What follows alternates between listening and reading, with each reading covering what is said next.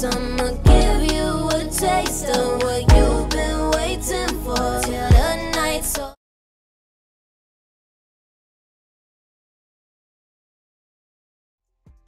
Hello and welcome everybody to CSGO Fight Night. We have a bunch of exciting games coming up today, starting with G2Esports versus Valiance. That's, of course, for a spot at the Dreamhack Masters over in Dallas.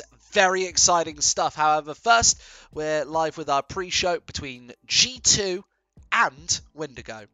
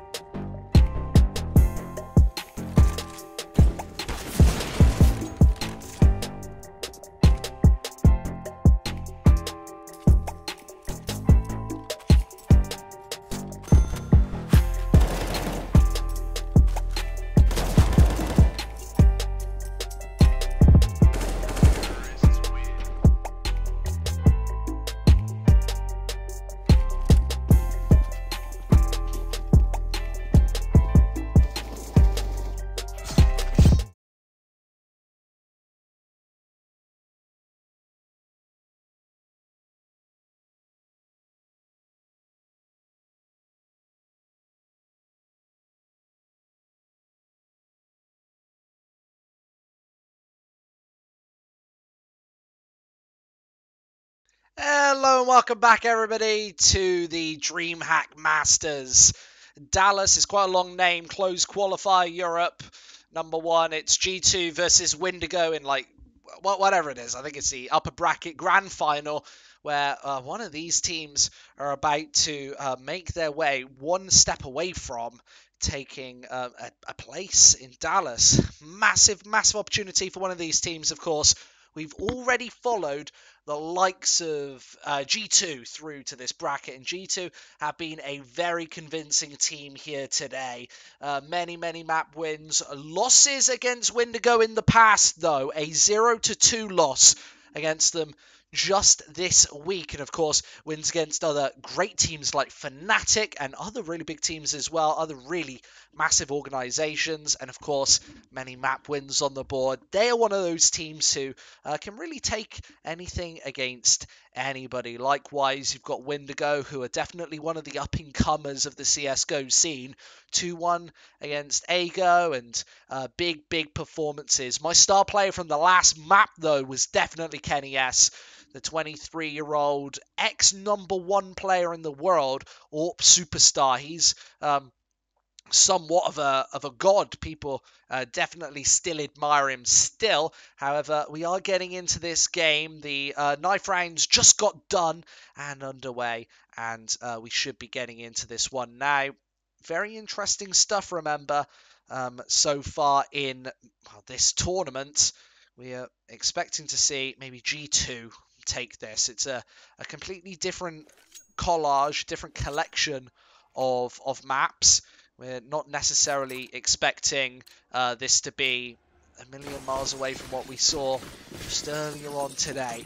But yeah, G2 versus Windigo. Just about to go live. Train is a map that we haven't really seen G2 play today. We've seen them play 3 already, but neither being Train or Dust 2, or Inferno, in fact, they played 6 completely different maps. Earlier they played Overpass, Nuke, and I don't think the next one was Mirage. I know it wasn't Mirage, but they played totally different maps. Oh, Cache as well. So it was Cache, Overpass. So they played every single map today apart from Mirage. It's Victor finding shots into the B-bomb site. 2 frags there and also chipping away at the next pair. G2, obviously, when you play back-to-back best of 3s, you're going to be feeling ready when you're... Like during the early portions of the next map. Remember, G2 have just got off that win. They were able to roll over all of the competition. However, Windigo, remember, they've taken big wins against this French opposition just recently. Such a fanboy caster. Please be better than that, dude. I'll change for you. I'll be better. I'll be better right now. Ooh, look at that. Kenny S gets tapped. Tap, tap, tap. Bring Scream to G2 and make G2 super again. Make Gamers 2 Esports great again. That's what I think.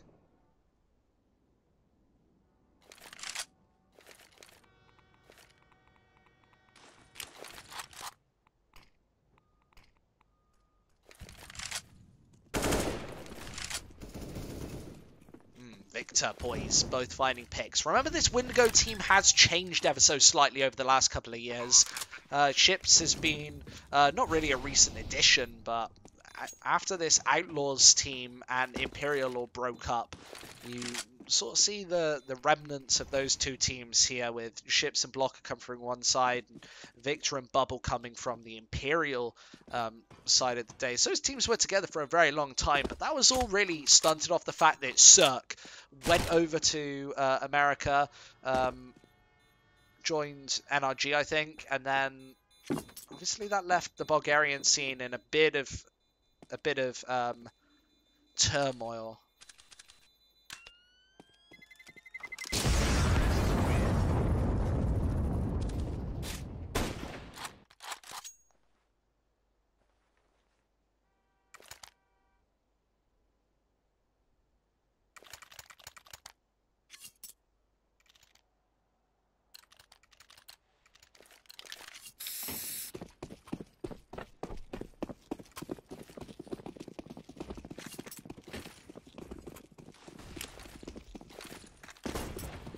(2-0) Windigo, obviously getting off to somewhat of a good start. 2-0 on the board in G2, obviously with 3 pistols, 2 scouts. They're wanting to go for a bit of follow-up investment here in this third of the half. However, it's just that those safe rifles from the previous round. It shouldn't be too much to handle for Windigo. Remember, if it's too hot to handle, get out of the kitchen. Or if it's too, I don't know. I don't even know the saying. You know what? I want to be cool. I want to be these things, but Squid CS can never manage it.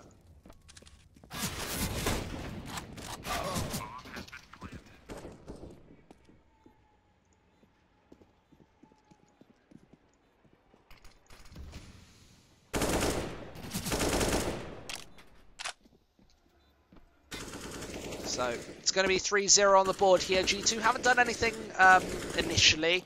Remember, we saw most of their success on their T side earlier on.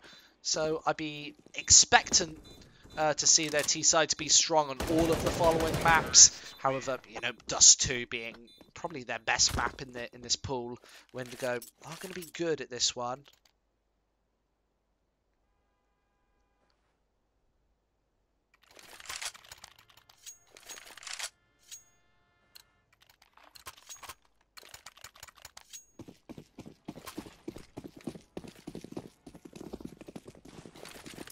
So 3-0, AKs on 3 players, Windigo, obviously with the Galil Scout also, so it's going to be G2 with the favourable buy going into this 4th, but this can all turn around very quickly if Windigo finds some follow-up frags. It's the single headshot weapons that can really do this, and G2, 4 of their players don't have head armor, so of course for them is a one-tap, and Jax being one of them.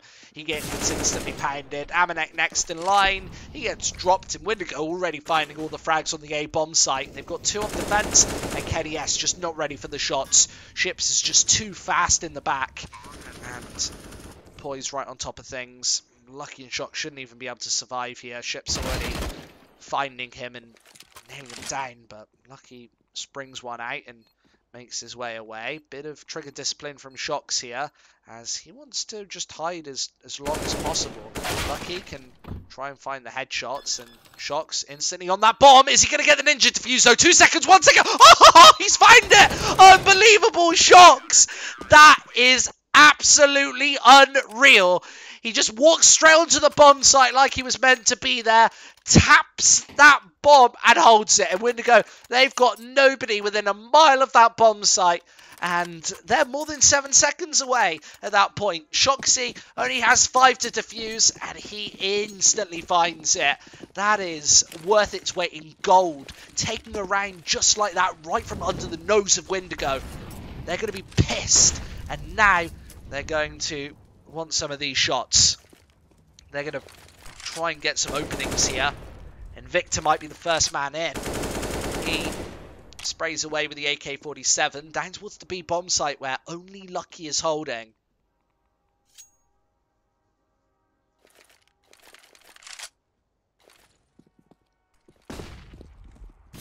Moving in, and that Galil battling into the face of one. Kenny S finding another, but Windigo definitely the favoured team right now as they're finding kill after kill on the B-bomb site. Kenny drops.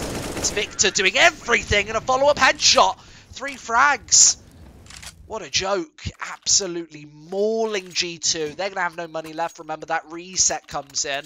They've got not as heavy a reset as it used to be, but $2,400 per player. The difference between the rounds is 3, so it's not $1,400, not $1,900, but $2,400 per player. I'm not going to go for anything, neither will Shocks or Kenny. But Lucky and Jax goes for a little bit of investment, $800 between the 2 of them, buying up just a CZ and P250.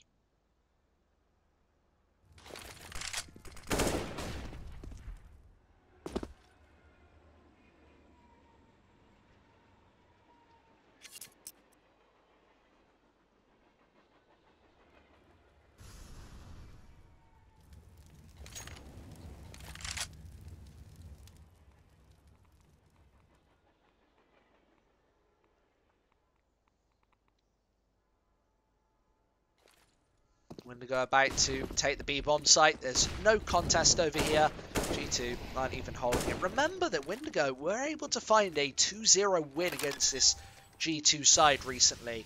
That's definitely interesting, because coming into this matchup, you'd think the G2 would be just very confident. They'd be feeling great about this. However, no.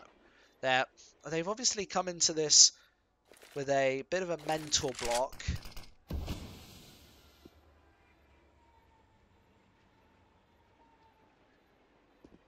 Cameraman's better than Kenny S. You know, my camera.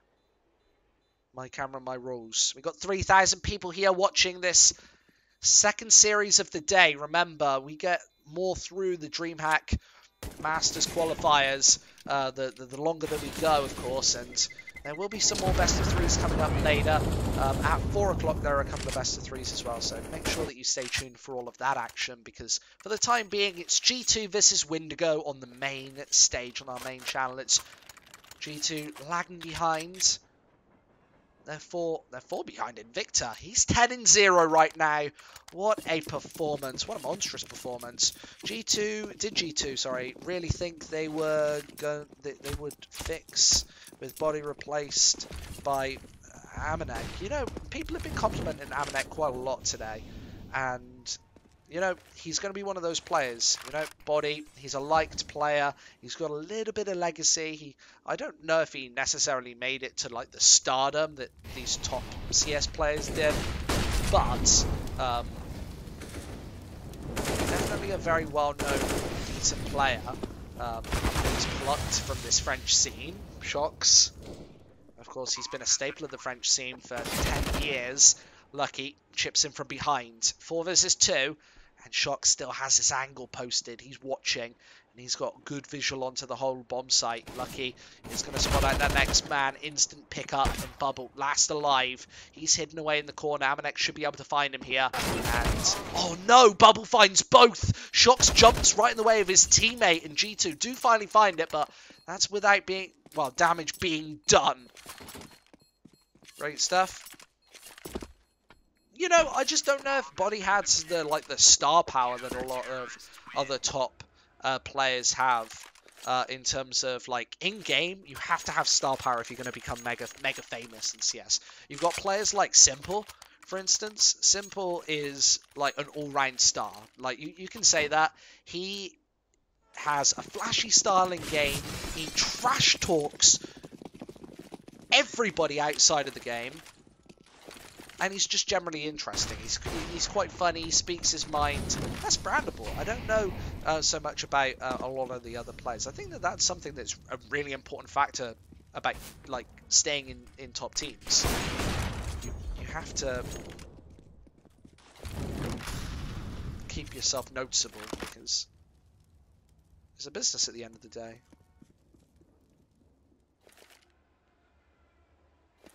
Well, I don't know if the 0 to 7's coming, or James Bond, or another 00 agent. No, not all players can be superstars, of course. But individually, it doesn't help. Well, it doesn't hinder if you try. Bubble gets a nice counter, 3 versus 3. And that nade is going to do a bit of damage. Bubble gets tagged down to about half HP. Jax then can't hit the spray down. It ships instead. Cuts out that flank. And with Bubble on this site, he is looking the wrong way. But Amanek missing crucial shots. And it's only Kenny remaining. Block is able to find him from behind. 2 to 6. Windigo with obviously a great performance here. Victor's 10 to 2. Ships is 4-4-4. And Amanek is 0-1 in 7, so didn't go full James Bond. He doesn't have... what does James Bond use? He uses, like, the... I think he uses, like, silenced... I think he uses dual silence USPSs.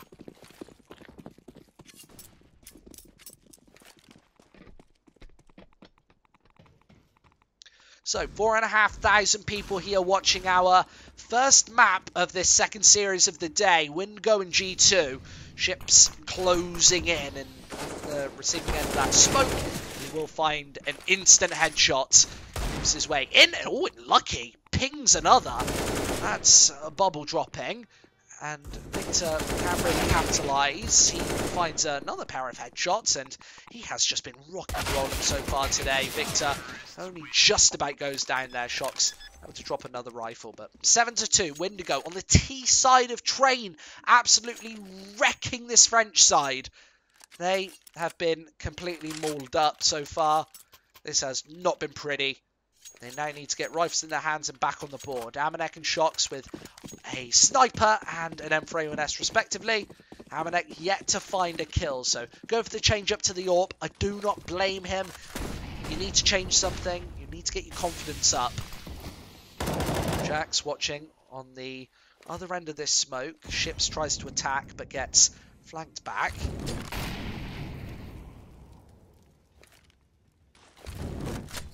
Jax is going to toss that molly in, not knowing that there's nobody on the other side, so the smokes come through. They know that Lucky's playing here. He hits a headshot before going down, but that's not enough.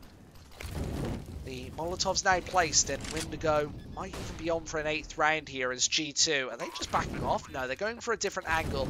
Going through CT spawn with 3 players. There is still a flank in place. And Victor, instant headshot. He's up close and personal, and G2 should know this, but They've got 2 AWPs. This makes the retake borderline impossible. How are they going to find these frags? A nade popped over the top, and Amanek finally able to get onto the scoreboard. Jax again. It's Victor versus 3. There's the first, and both coming from the same angle right up on top. 15 bullets remain, but Jax able to spray him away.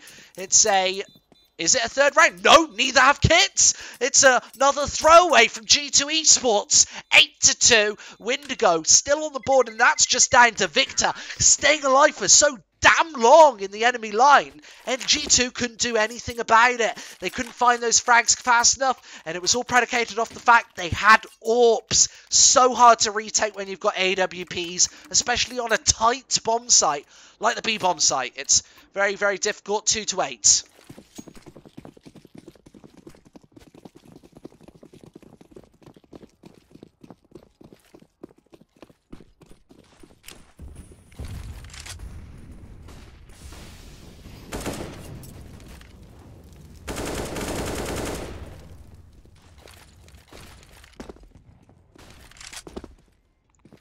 AWP and 4 lots of AK-47s on the T side. G2, likewise, with that double AWP setup. It worked for them in the previous round early. However, not being able to survive, this has been a very costly one for G2. They've got the max loss bonus, of course. However, Windigo, that's only a silver lining. They're ripping them right now. That's not what you need as the favourites, and you could surely say that G2 are the favourite. Shock's waiting for a flashbang in, and Chips could get pounded here. Oh no, misses it. Yeah, Shock's gone. That you should be practicing that, Amanek. The flash popped on the other side of trash can, meaning nobody's going to get flashed to Jax. They're actually stabilizers. He should be dead. Victor should have definitely been able to put that one up. However, pop chop outwards, and blocker over by the B bomb site needs to be the entry man. They've got the C4 over here as well. Bubble down below. Blocker up top as Ships is running the flank, the distraction. Lucky finds one, and now the bomb has to do all the entering on his lonesome. Nobody's got HE, so this bomb should go down, and Bubble forced out of position. One bullet could end him, and it does. Kenny S just shoots him in the knee. It's going to need surgery. It's 3-8.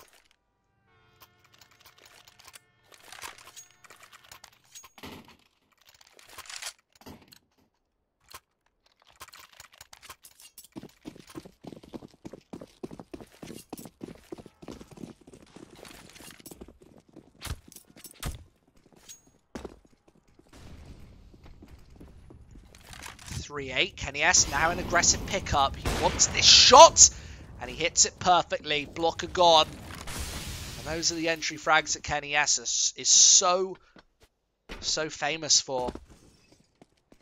He needs to get the wraparound and, yeah, change his angle, stay unpredictable. Oh, it's Jax straight through the line. Envious. I mean G2, obviously, with a second burst of confidence. Anytime that you see Kenny S, or anytime that I see Kenny S, it just brings those envious days back. Of course, now an NA organization, and boys, 1-on-1 versus 3. Nobody peeking him. I don't know if Kenny is going to spot this back angle. Oh, there with the shot. Obviously, with the nades pouring through, Kenny calls and Lucky peeks. 4-8. A potential 8-7 for G2. Remember, they'll be down by 1 if they can take the next 3, but that's still not good enough. They were expecting to win this, maybe even take double digits, because I expect the Windigo are going to have a strong CT side on this map as well. This is a pretty CT-sided map, all things considered. G2 have only really been able to put together rounds since... well, only since picking up the orbs. They've now got 3 of them. And Kenny taking, well, 70 damage there. Through the Molotov, completely unnecessary. Of course, a fast player like him will feel still just as confident with low HP. However, it does give him a major disadvantage, a big deficit going into this 13th round. The push is about to come through onto the B bomb site, and Lucky's holding close. 3 players here to defend, and Windigo, they do have the slight health advantage, but they have to now find Lucky, who's holding down below. There's the opening shot. They're coming up from above, and there's the spray down. G2 should be able to maul them. There's another one. Kenny S finds the headshot, and it's only Poise remaining. He's going to get found as well. Shocks his AWP chips in, and that is 5-8. G2 doing a nice job at finally putting together rounds.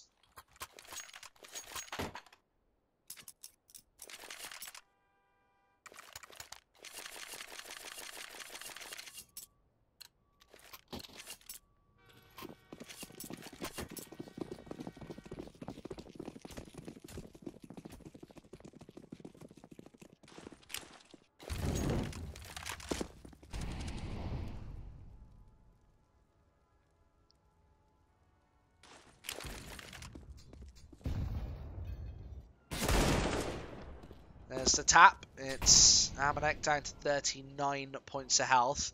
Those deagles are very, very vicious. Just one bullet can take you down below 50. And that wasn't into the head or into any special part of the body. That's just a direct hit. And you can get screwed up very quickly. The Molotovs might actually eliminate this Noah tower. I think they got caught on it then. I don't know if it tagged, because that would make a noise, and G2 would be aware of that. The wraparound on the A-bomb site coming from 3 Windigo players. They have a triple-pronged attack. Ship's the first to drop. These AWPs just doing an absolute rampage. They're doing a dance around this T side right now, and Amanek chipping in as well. A triple AWP setup doesn't always work out, but G2, they're making it happen.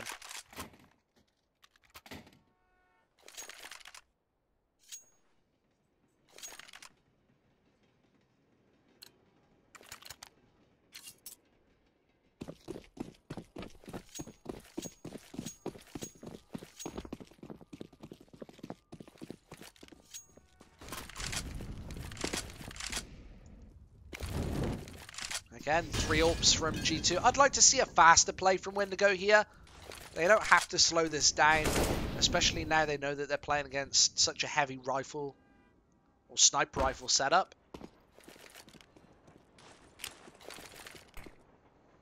They want to get this cross so they can hit the double peak. So they can also toss these nades in as well. If you can rebound them against the right-hand wall instead of throwing them straight. Way less of a chance of just getting eliminated straight in the smoke. Oh, Jax finds 2 for 1 there. Both headshots before getting eliminated by that molly.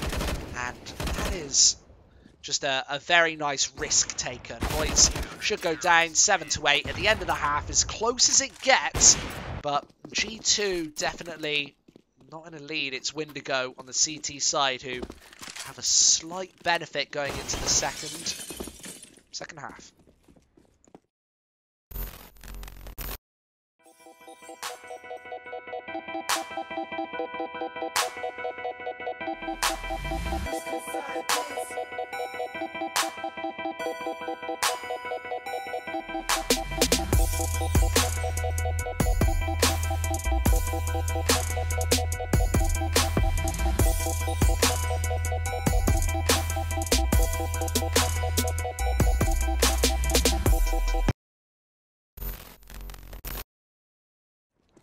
Second half here, and G2 needs something special. Here in the second pistol round, it has to be headshots, it has to be aggression. Otherwise, Windigo should be able to just sit on these bomb sites and very easily take it. This is a heavily banned map for G2. They're going on to Dust 2 next. I do kind of fancy G2 on Dust 2. And then with Inferno being the third and final map, I don't really know what to say about this series, all things considered. I'm perhaps expecting a... Oh no, I think that this is a very close matchup. This first map is probably favoured towards Windigo. Second map is just favoured towards G2. And then the third map is probably just favoured towards Windigo again, I guess. It's the Glocks this time, G2. They haven't seemed too hot in this series so far. Windigo have been able to punish that. Kenny S finds another shot. Levels the playing field, and 3 kills found in quick succession means that G2 will take the second pistol round. But back-to-back pistols aren't everything. It's...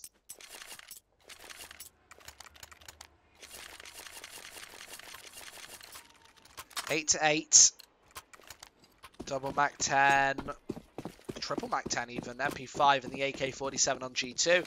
They're going to try and tear through this CT defense.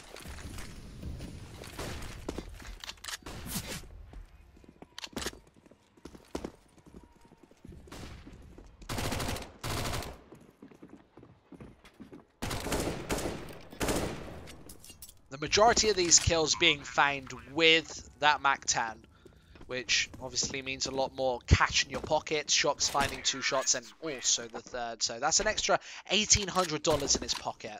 That's the kill bonus and the win bonus. Very important to get both those factors firing on all cylinders. G2 now ahead, 8 to 9. However, with rifles in Windigo's hands, let's see what they can do on the defense. This might be a very different scene. Sometimes when a CT side gets rolling with weaponry, it's very hard to stop them. G2 could find this here. They might be about to walk into a brick wall, but to set themselves up nicely before Dust 2, they're definitely wanting the next 7. G2 moving fast and getting slaughtered by the AUG first. It's Jax drops. Straight towards the B bomb site. They're sending out the AK first. Chips here to just rack up the line. An instant spray down. Nobody finding any success on G2. This has been just about as horrible a round as you could possibly get. They even find Shox, who was on the flank. So 9 to 9, even Stevens. G2 will have a bye here in the 19th. Let's see what they can do, and let's see if they can find something. By the way, guys, if you want to catch more CSGO action, we've got loads of CS coming up for you today. 2 games, one here on EFL GG, the other one on /CSGO Fight Night. So make sure that you go to twitch.tv/CSGO Fight Tonight, and we will be bringing you a lot of this Dreamhack action.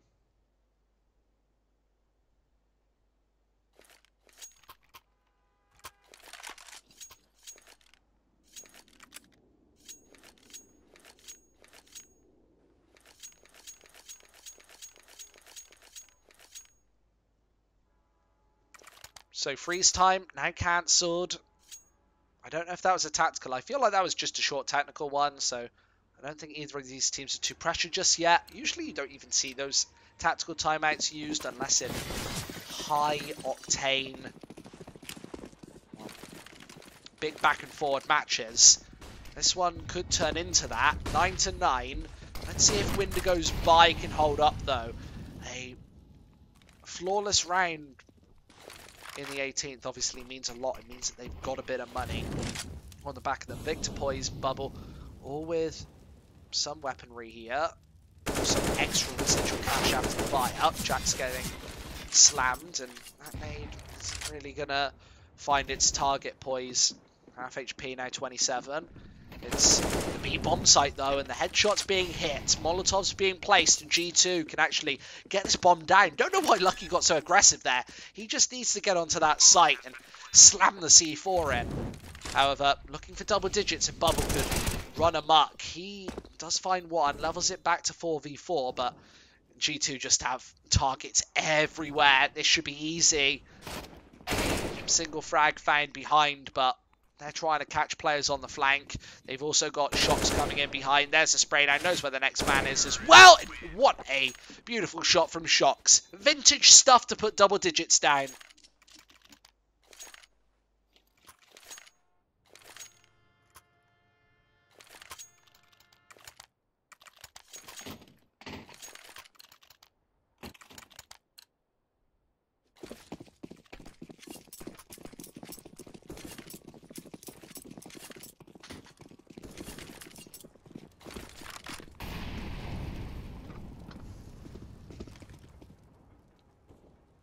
Four AKs, that AUG.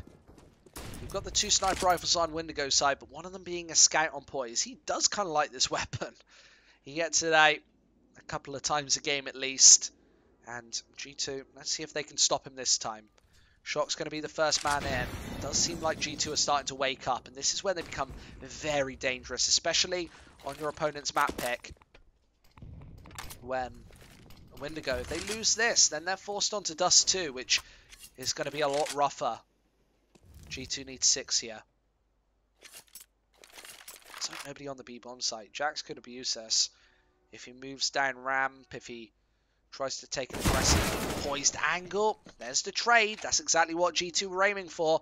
They just wanted to go at most 1-to-1 there. Bubble aimed to find one from behind. So that's Windigo now doing their job. But Shox has slithered his way onto this A-bomb site and instantly pops open the head of Bubble. He can now run amok and run distraction as Jax gets tagged. Shox now in bounds. Getting missed with a lot of these shots, but Victor finds the follow-up. Just Jax remaining, 1v3. And on the other side of this smoke, the bomb is a million miles away. G2 deciding that they didn't want it. They could have played a lot more passive if they had actually brought that bomb onto the A-bomb site there. I'm literally scratching my head in just confusion as to why that didn't happen. But 10-10 and G2... Well, this has been very close all the way through. Exciting game. Looking like this will be close.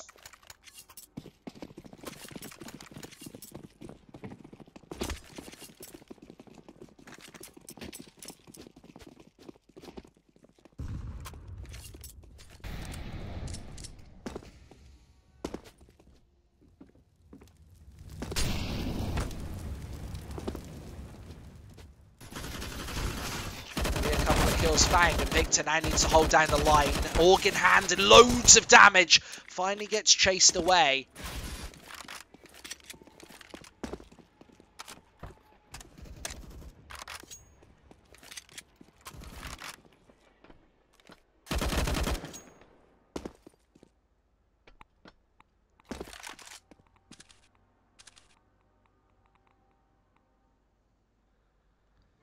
What's the stream chat saying then?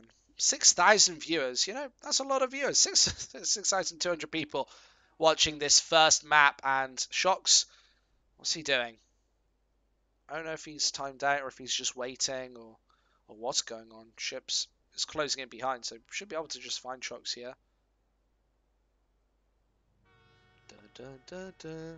He's definitely going to just walk into this AWP here. Such an anticlimax. 11-10. Windigo now taking the lead. And of course, now they've got a lead and money and weaponry. Let's see what G2 can do. On their side, it's going to be every single dollar invested into this 22nd round. This is going to be difficult. You've got Kenny S with the AWP, 4 lots of AK-47s, a bit deprived of nades. Kenny S doesn't have a single nade, and Amanek only the single smoke. This is going to be difficult. Kenny, oh, those are the tags. Those are the nades in that really count. It's Windigo finding that initial damage, and Blocker does get tagged up. Could have very easily went down there. That smoke isn't really going to cut off anyone's visual. There's nobody playing from that right-hand side on the way through for the CTs. Boys. Still wanting to chip through, but he has this angle posted. He could very easily go down. Remember this AWP, just finding a pixel is enough. Over on the B-bomb site, Ships is about to walk into this AK. Jax was ready for it. Timing was just completely off there. And Blocker, he's the only sole defense. However, he takes away the AWP. And with only 8 HP left, levels the playing field. That is definitely worthwhile, but he is very likely going to go down here. Shox is still waiting and watching this connector angle with Victor about to make the peek, about to make the push. He finds the shot, and now the AWP can actually hold him down. Shox changes his angle. He's gone up above, where Blocker is now holding. He gets taken away as well. Shox just deathmatching right now in this retake. It's Bubble from behind getting completely smoked off. It's going to be 11-11.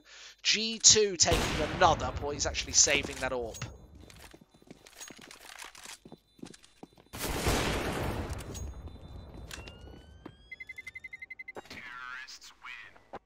Almost 11,000 followers. Thank you very much, everybody.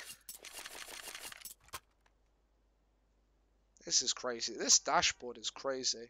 6,300 views right now. 1 million total views and 11,000 followers. That's mad.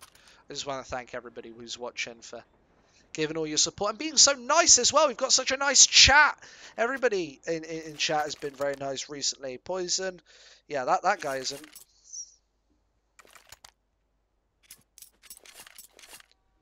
But yeah, we're very happy to be here to cast all of this Dreamhack nonsense. It's all the Dreamhack kerfuffle. You know what? Thank you so much for Dreamhack to open up everything and to let EFL GG cast a lot of these massive matches. So everybody show your love to Dreamhack as well. Go and follow them on Twitter and say that EFL GG sent you or something. The answer's no. 11-11, 4 lots of AK-47s, the single AWP on Kenny S. Poise has an AWP of his own, but it's the only rifle that the Windigo side have, and as he misses that first shot, he's going to have to back off, and actually does B-hop away. Sharks can't chase, and this is a very important one for both teams, especially G2, who kind of need to hold up the line here and need a convincing round. Of course, Windigo haven't gone for the investment.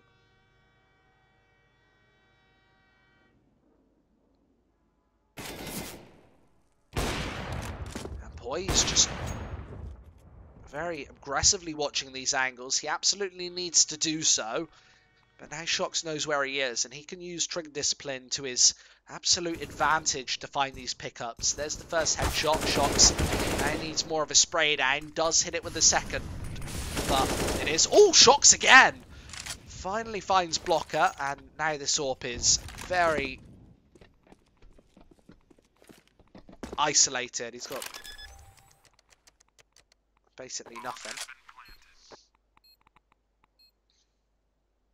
And this map goes one round more. G2 might be able to upset the Windigo side here. Remember, Windigo were the team who took a recent 2-0 against G2.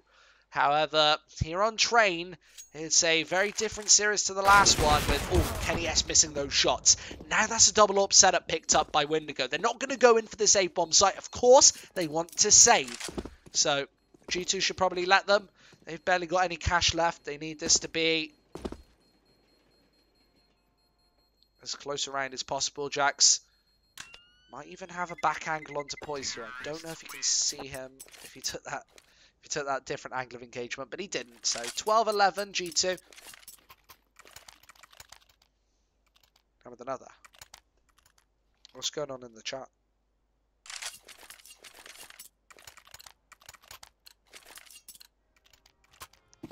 Yeah, Tom and Lem. I like people challenging me like that. I'm gonna respond. You know, first Casa says G2 are favourites. Now he says G2 maybe going to upset. It's because this is Windigo's map pick. So I actually favour Windigo on this map, but I don't necessarily favour them in this series. I don't know. I feel like G2 have a better chance at getting like a 2-1 on the board. But I think this is very up in the air. So saying upset and favourite and stuff, I think are slightly controversial terms in this sort of a game where the teams are literally so close. So thanks for your comment. Nice headshot from Kenny S, though. He's got a couple more to find. Spots another man on green train, and he makes his way straight up, but the AWP is here to instantly find him. Ships there, straight through the molly. Amanek might be next in line, but he needs these shots. Could go towards the B-bomb site. Bomb on his back, and then makes the cross. Windigo now know it, and with a 12-11 scoreline and no money in the bank, they definitely need to disallow this 1 versus 3. Amanek, this one for him is worth its weight in gold, holding behind the smokes, and they didn't know if he was just waiting there, and if he was, he would have very easily found those kills against players pushing through the smoke. It's Amanek with the first. Great headshot and blocker. He drops. Now it's all on this AWP who has to close in. Amanek cannot peek this. He needs to stay still. What a miss. Poise, you've got to hit those. The Molotov rains through and Amanek just standing his ground. He's holding in the fire and flames and another miss. That is catastrophic. He gets on this bomb and Amanek should be able to just charge it down. He's out of time. Game over. 13-11. Is Amanek able to eliminate him also? 13-11 there.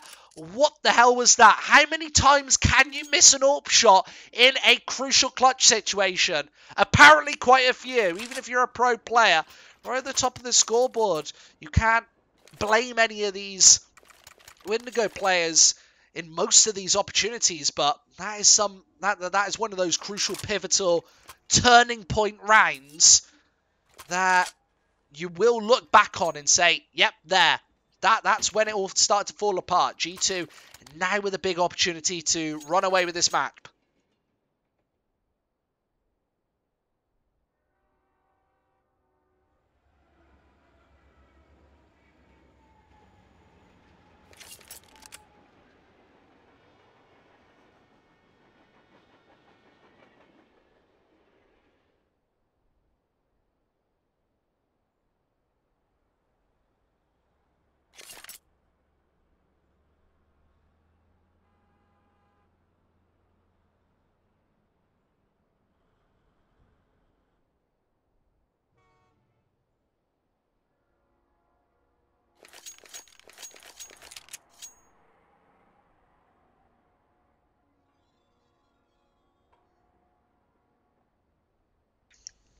This is a long pause.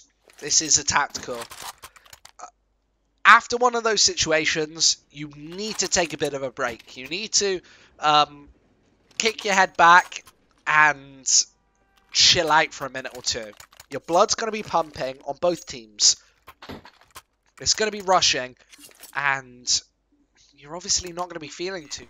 Hello and welcome back, everybody. It's G2 versus Valiance, and we are live. Hello and welcome. It seems that Dreamhack actually put this game forward by like an hour. So we are now here. I'm sure that we've got quite a few people waiting for this game. So obviously 8-3, sorry. And we're live. I'm here. I'm Squid CS.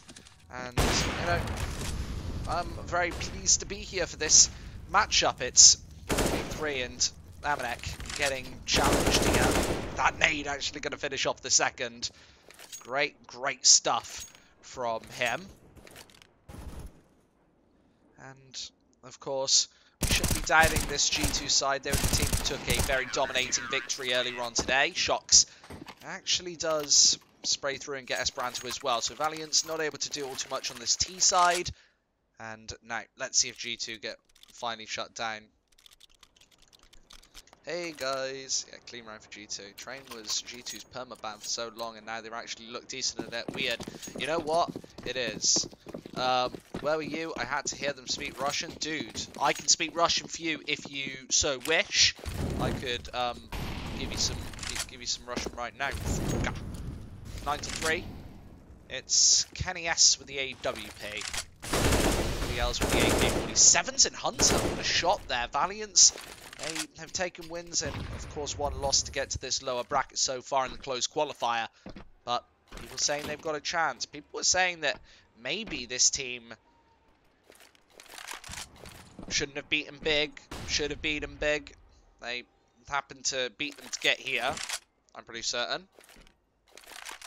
A bad humour. You know what? That is bad humour. I apologise. I shouldn't have went for the bad humour. I shouldn't have went dodgy. Either way, G2 and Valiance. This one. Should I smash a desk in Russian? Oh, God. That's how you do it. That's how you smash a desk. In full Russian. I love it, though. A lot of good Russian friends. They're nice people.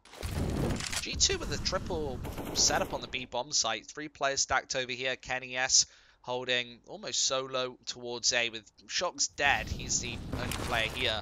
And G2 suspecting that Valiant's going to target the B bomb site. Maybe after those frags they will. However, yeah, A's completely taken. G2 not going to wrap around. Roger Dodger. 9-3. Likely going to be 9-4 here. Valiant, I'd say that they need 5 or 6 to feel okay about this one. However, G2, we've seen good T sides from them as well. Although Train might have been one of their permabans back in the day, they got Amanek now, and they're feeling good. Everybody up above that 5 figures. most players actually with almost over $10,000. Looks like Kenny S max cash in this one. In those situations, I'd like to see him buy for Lucky, and then Lucky just keeps a bit of extra money. This is not a rerun, but you know what? You have been watching. Yeah, you're watching our pre-show, of course. And we like to put a pre-show on, and then Dreamhack put this game forward 50 minutes. So, you know, you can't win them all. I do find these games interesting, to say the least. So it's G2Esports versus Valiance. Train G2's new best map. I'm not too sure about that one. I don't know if this is the best map or anything to that merit. However, they seem pretty damn good at it. And now here, we should be seeing some success from the G2 side. Double orbs for G2. And also Jack's pushing up aggressive means, you know, that AK-47 obviously going to pierce through faces. Letney's gets damaged. A minute 10 on the clock, and Otto going to be the first man to try and take these corners. Of course, this is 0-0. Best of 3 awaits for these two teams, with Train, Dust 2, and then Nuke being the third of 5 maps. Some very good G2 performances on that one in particular. And on Dust 2, to be perfectly honest, and Train. I think that their map pool is very solid right now. 10-4, and you know what? I mean, I'm surprised that G2 lost that matchup yesterday. I don't know if anybody else watched it, but they played a best of 3 and they lost it against Windigo. I know that they've lost a best of 3 against them before. Can I make the stream brighter? I don't know about that. I can't make it brighter. Maybe it's just in...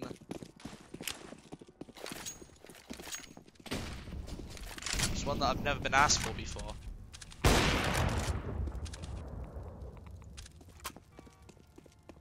So, shocks with the initial. Yeah, I'm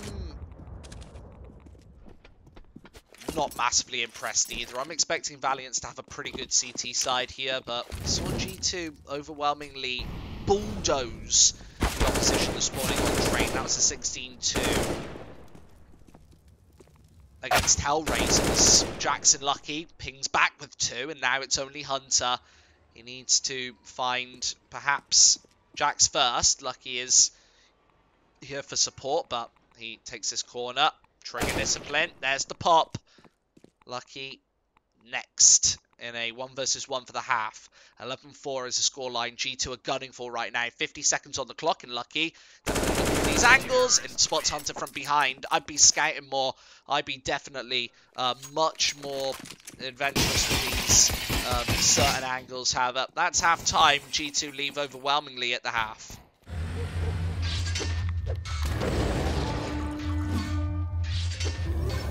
Can't get him off that thing. Up all night he is. Stamina. Don't underestimate it.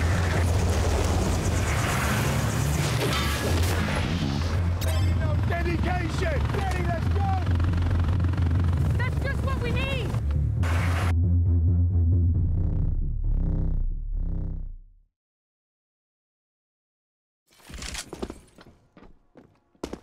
So second half soon to start, and G2 getting all the sprays through. Nice running and gunning from them. Triple AKs, of course. Just in this warm-up, just trying to train with them. Of course, that's important because, you know, they've just played the CT side. They haven't used the AKs in a while, so you get you a little bit of practice in before the half time, and then this pistol round. Let's see if G2 can close it out. They had a very one-sided scoreline earlier on today, a 16-2, and now in the pistol, it's, look at those two players, Shocks and Jax at the top of the train, 17 frags apiece, Amanek on 13, they're definitely firing on all cylinders right now. Kenny S a little slow, but with 7 frags, shouldn't be too worried about anything, considering that G2 are 11-4 up. They're going to challenge an extra on the B-bomb site. That's PG-50 here, and it instantly gets fanged, but Lucky returns with a headshot. Nexa now has to fire back, and he does with 2. He's still alive, and he's got plenty of HP. It's the Glock instead. Shots 1, 2, 3. All headshots and all shocks. Vintage stuff at the back of the B-bomb site. As G2 secure a 12th, and Shocks goes absolutely mad securing 20 frags. Look at that scoreline. Unbelievable stuff. Which country? Valiance? Valiance from Serbia. And then G2, of course, this French team. Everybody knows that one. 3 lots of pistols, MP9, and a scout. That's on Ottund. And then the double Mac 10 on Jackson Amanek. They're going to pour down into Nex's position, who's holding, waiting. There's the spray down. Amanek. Let's get the drop on. 4 versus 4. G2 completely take control of the B-bomb site, and this is not going to be a retake. Valiance, they run, tail between legs, back to Ivy.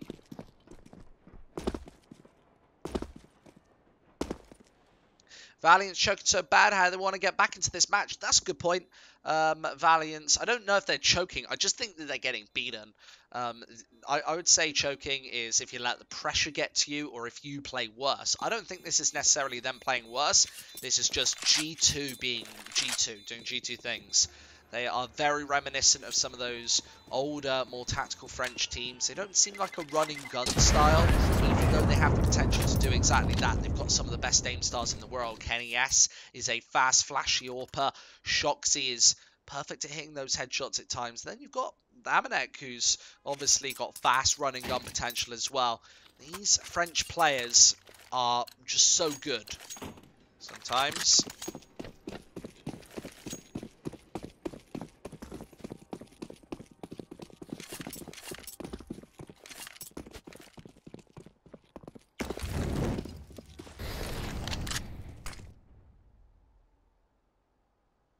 it's to play towards Ivy here. Kenny S with the Asimov waiting. Smokes over the top and in with 2. Jax does get the pop in. Let me instead. It's the Eagle to try and fire inwards. And there's Jax to at least fire 1, but it's Nexa to shoot shots into Shocks. But the A site is the approach. Valiance have that advantage, but no longer is Kenny and Lucky both find success. That towards the CT spawn as well. It's going to absolutely chamber Ottund. 5 HP, and G2 should be up above 14 rounds here. Good stuff from them.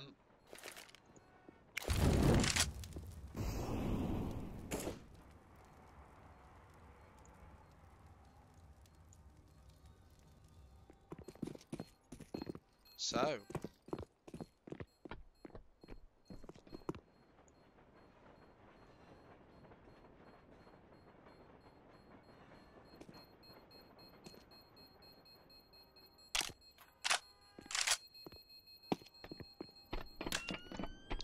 we have got this best of 3 and then another best of 3 coming after it at 7 as we switch over to the NA broadcasting for today.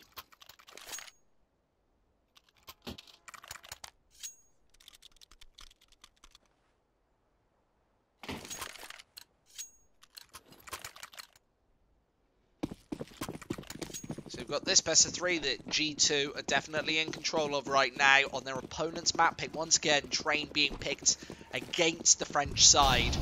We said that maybe they're one of the better teams on this map right now. They're catching a lot of teams by surprise and rushing straight down Ivy onto the A-bomb site. Letney's going to be the next in line. He's right around this corner, and here's the wrap from G2. Another trade. Amanek finds the headshot and Nexa in an impossible situation. G2 on map point here. It's going to be 15-4. No way of him to stop this one. Molly smoking nade on his back. Deagle, and there's the AUG as well.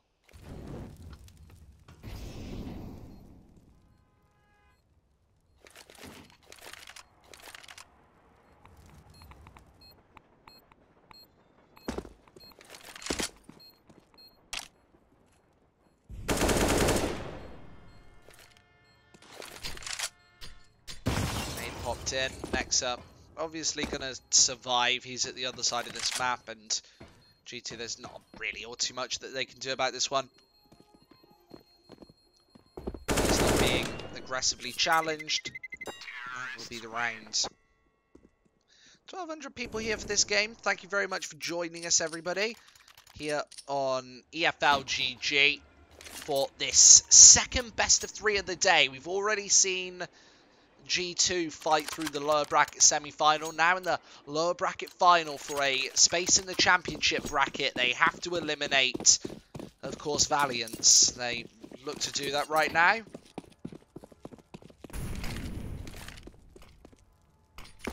And remember, if they win this one, I think they face the loser of the grand final, the loser of Avangard Windigo. I think that they play that one. They're in the upper bracket final right now. We're in the lower bracket. So the loser gets eliminated. We're down to the last 4. And looks like, well, potentially it might be a G2 versus Avangard lower bracket grand final here. Or whatever it's called. I'm not sure what it's actually called. But Shock's firing and actually finding a shot. Shock's with a second. He's running rampant on the A-bomb site. He's got cover nowhere. However, it doesn't really matter. Let needs the sole defender on this A-bomb site. He's got the UMP downstairs.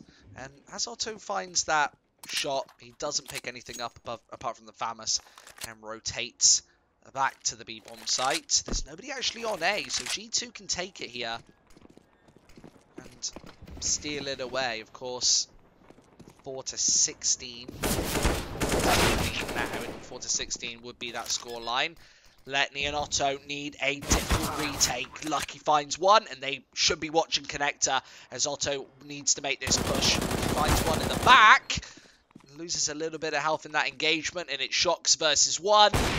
One shot could finish it, and it absolutely does. 16-4 as G2 are going through to the second map. 1-0 up. They're going to be feeling very confident about that one. And against the Valiant side, who just did not look good on their own map pick, I don't know what's going to necessarily happen on Dust 2, which is, of course, G2's perma pick. Here, they've been 2-0ing teams. They've been doing very well. They've been performing admirably, I must say. However, you've got a Valiance team who just done out of that round, and it looks like G2 might be going through to the lower bracket grand final against the loser of the upper bracket final. That's going on right now. Anyway, Dust 2's coming right after this break. See us right back here in 5 to 10 minutes for more CSGO Fight Night.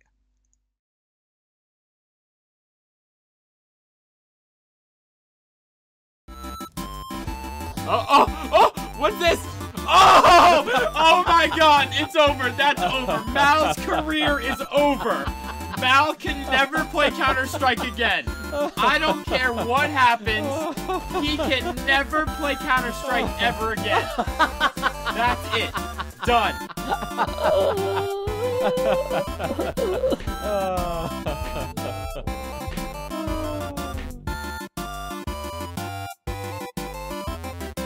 Bomb planted at the A-bomb site, and Avangard with opportunities to close his series off. Now, Kicker, he's challenged up close and personal. There's a follow-up headshot. Just Sirison to keep this one alive, and he has the AWP posted in his hand. Follow-up flick. There's the first, and he has time on this clock. The Molotov placed, and that is nicely poised. Sanji here on the defuse. It's Sirison trying to bait the player out, but Sanji doesn't go for the peek. Instead, it's the Orglowden and the headshot. Sirison, can he find this bomb? Yeah, there it is.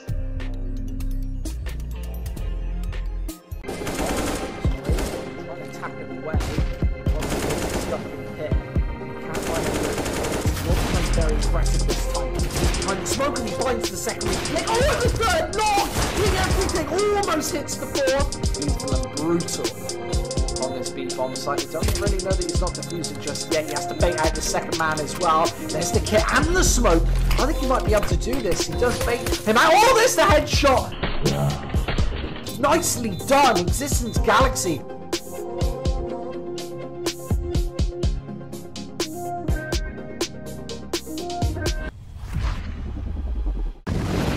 It's really down to HS to be the majority of this defense here.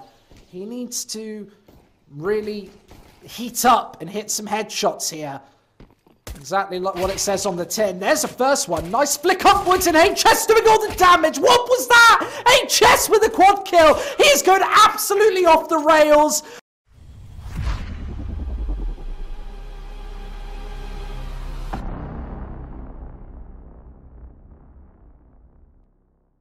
We've got Relaxer coming from behind. He's on short. Goodbye. There's the opener shot hit. The bomb is planted right for him. He's got this angle nailed down and lined up. They need to just bait a shot out of him. Goodbye. And, oh, there it is, but he nails it straight up. So just before the Molotov goes down, he needs to stop this. Oh, and he has stopped the defuse from coming in. Another shot from Relaxer, who does everything. A quad kill, a 1 versus 4 on the A bomb site. And that is map and match point.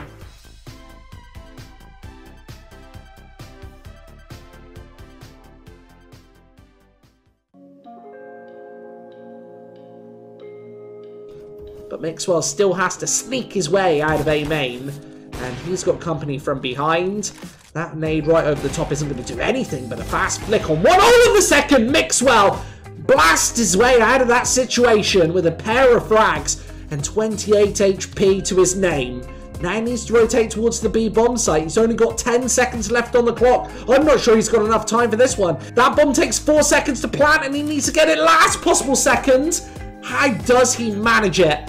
Now the rotate has to come through. A 1 versus 3 that seemed impossible earlier now seems almost probable. And it might be pistol in hand to try and crack this one. Makes his way through. It's Deagle out instead. Him closing up the distance. Even behind in the flick. Do anything so far, and this might all be over. They have to go for the they have to go for the 4, sorry, in this 17th, and Swisher, he puts we're going A. What an absolute joker. And obviously they are, but ripping straight through once again. There are the shots. Swisher as well, dealing a damaging blow to both their, well, economy, their faces, and also their pride. This has been a very one-sided game. Monty last alive, and they're just going to try and finish him off. 15-2. This one's over. Do anything so far, and this might all be over. They have to go for the they have to go for the 4, sorry, in this 17th, and Swisher, he puts we're going A. What an absolute joker. And obviously they are, but ripping straight through once again. There are the shots. Swisher as well, dealing a damaging blow to both their, well, economy, their faces, and also their pride. This has been a very one-sided game. Monty last alive, and they're just going to try and finish him off. 15-2. This one's over. We've got Relaxer coming from behind. He's on short. Goodbye. There's the opener shot hit. The bomb is planted right for him. He's got this angle nailed down and lined up. They need to just bait a shot out of him. Goodbye. And, oh, there it is, but he nails it straight up. So just before the Molotov goes down, he needs to stop this. Oh, and he has stopped the defuse from coming in. Another shot from Relaxer, who does everything. A quad kill, a 1 versus 4 on the A bomb site, and that is map and match point.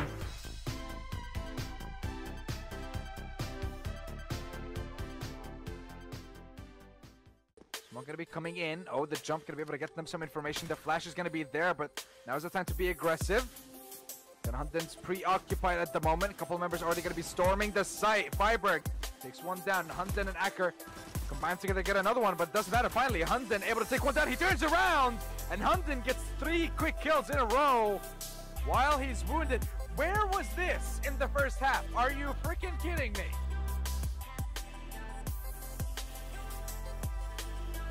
E1. Clutch scenario. Order. Really looking for another round right here. Valiance is 1 shot away with any gun today. Oh my goodness! INS shoots right over his head. Oh my god, he was 1 bullet away. And suddenly it's 9-1. Valiance showing off some backwards bunny hopping skills. Oh, that was right above his head.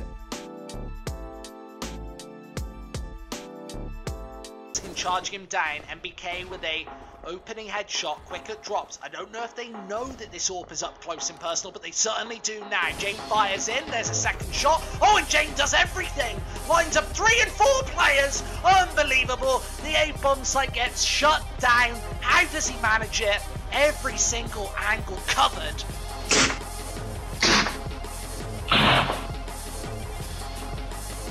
Was immediately in the flank. Poggers have the single USPS on tobacco at the back of this B bomb site. They obviously need this pickup. Sprout not finding the initial headshots though. It's the Deagles that picking instead. Tobacco towards the back of this site, gonna nail another one, and it's only Dennis remaining. He's trying to close in, and Tobacco sideswipes him and finds the headshot. 4-12.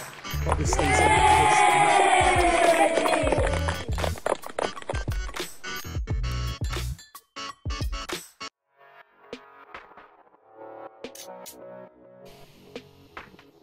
And now ZywOo in a 1 versus 2. He needs to breach open here, and he does spot out Freeman. There comes the crossfire, and ZywOo, they both miss. I don't know how this is even able to happen, but with the AWP placed, ZywOo's able to find both. Unbelievable. ZywOo.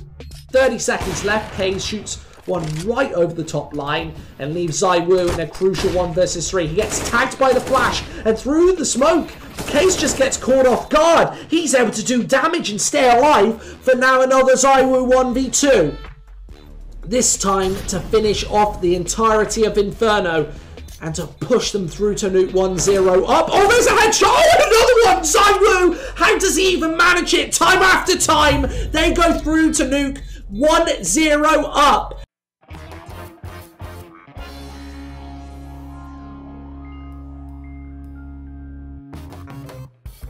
Now in a 2 versus 3, they need to stop this bomb from being defused, but he's hidden away in cover, and these USPSs can't connect with the shots. Zinken is still alive and wasting plenty of time. Zori has to hold it up and defend his teammate, but Zinken's going for these shots. He's trying to do it, but Zori's still on this bomb. He finally gets the defuse. The shots hit just an instant too late.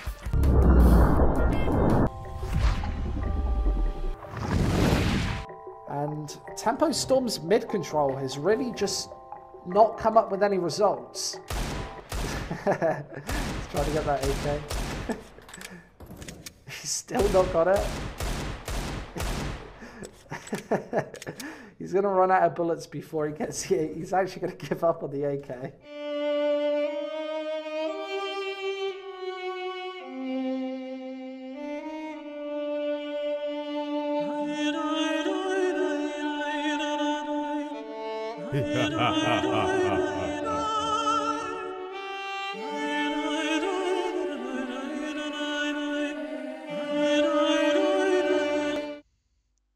Hello and welcome back everybody to CSGO Fight Night. My name is Squid CS, this guy, and you're joining me for a very exciting matchup. This one, of course, between Valiance and Gamers 2. We just saw a very one-sided first map there between the two teams. And, of course, G2 taking it. There was really nothing that Valiance could do in that one. You can see they're 21st in the world, this Serbian threat here in this series. Remember, this is a lower bracket match, so the losers get eliminated, and the winners get a best-of-3 shot at making the Dreamhack Masters over in Dallas. Remember, there's $250,000 on the line, and just so much money in that previous map. Somebody who didn't really show up, but I've put him as our star performer anyway. This was pre-show. Kenny S. He, of course, a 23-year-old AWP superstar from the last couple of years. Obviously nerfed a little bit by some updates that Valve have made, but Kenny S. and then the rest of G2 still withstanding the test of Counter-Strike. Of course, over the last couple of years, they have been ferocious in their effort to be the best and get to the top. G2 being one of those organizations who have always been at the precipice of being like the top team in Counter-Strike or one of the top teams in Counter-Strike. Now they've got this recently reformatted team with Body out and Amanek in. So let's hope that they can at least do something here against this Valiance side. Of course, that last map, an incredibly dominant performance, very one-sided. Now, that was Valiance's map pick. So going forth and going forward, I think that G2 might have a couple more tricks up their sleeves on Dust 2 here. You know, something that's really impressed me has been this G2 map pool. Their map pool has been absolutely phenomenal. I've seen them play in the last 2 days in 3 series alone. I saw that, or in 2 series alone, I should say. The 2 series they played yesterday, I saw them play 6 maps, and you don't normally see that amongst teams. You've got 2 different bans there. Your bans would usually be the same each time, but G2's map pool is so sturdy and so tough that they can actually pick right into their opponents and choose any map that they want. G2 really do play like 6 of the 7 maps in CSGO. Only really banning out Mirage. That's the one map that we haven't seen them play. It's going to be Dust 2 next, and then the final map is due to be Nuke. If we get there, that's dangerous as well for Valiance, because we've seen so many good both CT sides. So yeah, CT sides, that's standard. You're expecting the CT side to be good for a specific team on Nuke, but it's G2's T sides that have really impressed me over the last couple of weeks. This morning they had an 11-round T side against well, of course, to get into this matchup against Valiance, against Hellraisers first thing this morning. So I'm impressed by what I've seen from G2. They're just warming up now and getting into this game. Of course, they've got, well, there's a lot of stuff to talk about in this series, but thankfully, we've got a lot of time to do it in. This is, of course, a best of 3. This one isn't live, so don't worry about any of that jargon. Don't worry about any of that jibber jabber. We should be going live into this map shortly soon.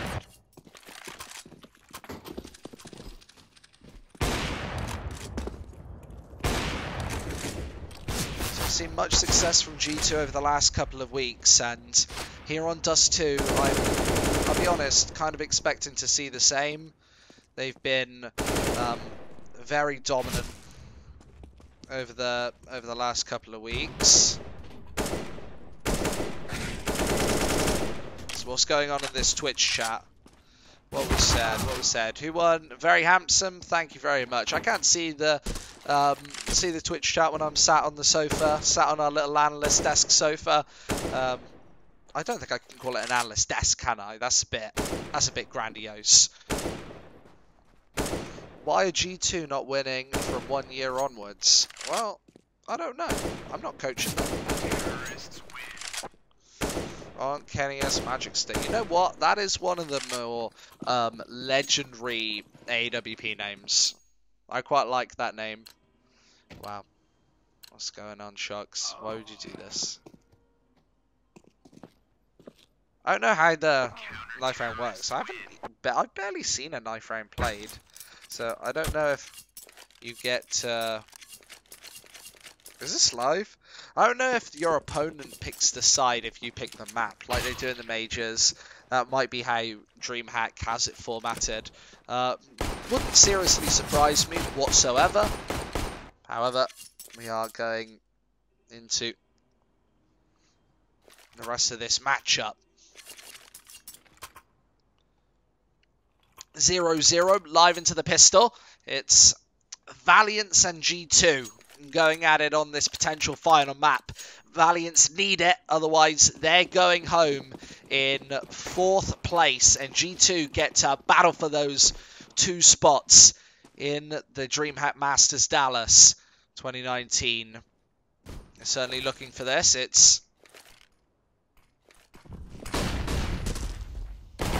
rush straight on towards mid, and Amanek, Kenny S both finding pickups. First, the jumping shot from Amanek as he makes his way towards the B-bomb site, and Lucky's next in line, hits the headshot. That's a point on the board, a round on the board for G2, and incredibly fast as well. That B split was definitely put into place from the offset. They definitely knew that was coming, and Valiance had no idea.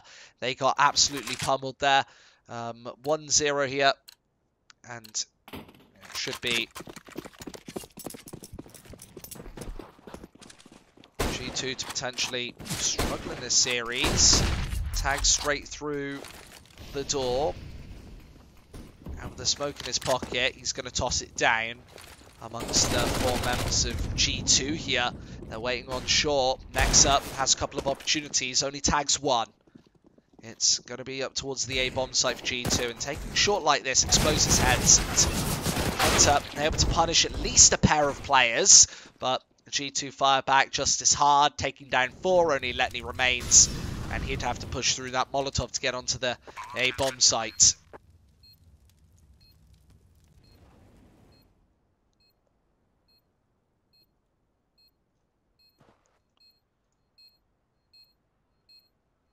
I would not necessarily expect G2 to fall to pieces whatsoever. I expect a very strong showing from them here on the Dust 2. And if Valiance want a place in this 3rd map, if they want a place in this grand final for a spot in Dallas, they at least have to beat these Frenchmen, because G2 are the style of team, the level of team that you'd usually see playing in a lower seed in a big $250,000 tournament like this. Along with Shocks and Kenny S, of course. One of the more star-studded teams in this close qualifier. Valiance, not so much. They've got a couple of big names. However, Serbian CS has never really been as much as French. You could say bonjour to French CS and au revoir to Serbian. Otto getting pumped through this door. Bit of damage, but no G2.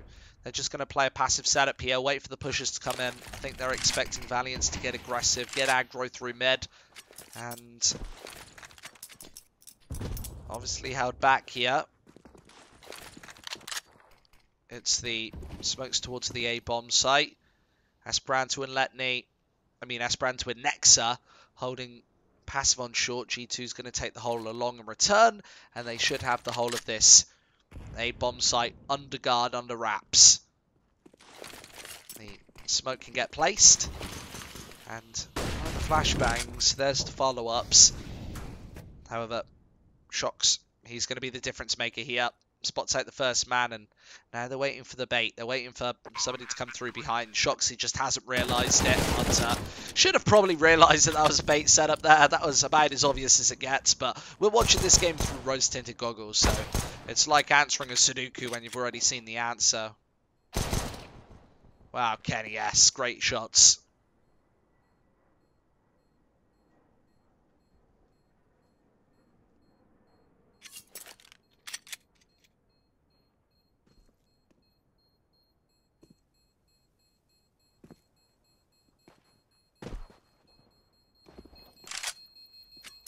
Remember, we've got North American matches coming right after this one. It's 7 o'clock, so actually in 3 hours' time, we're going to be live with this second match. It's going to be the American matchup.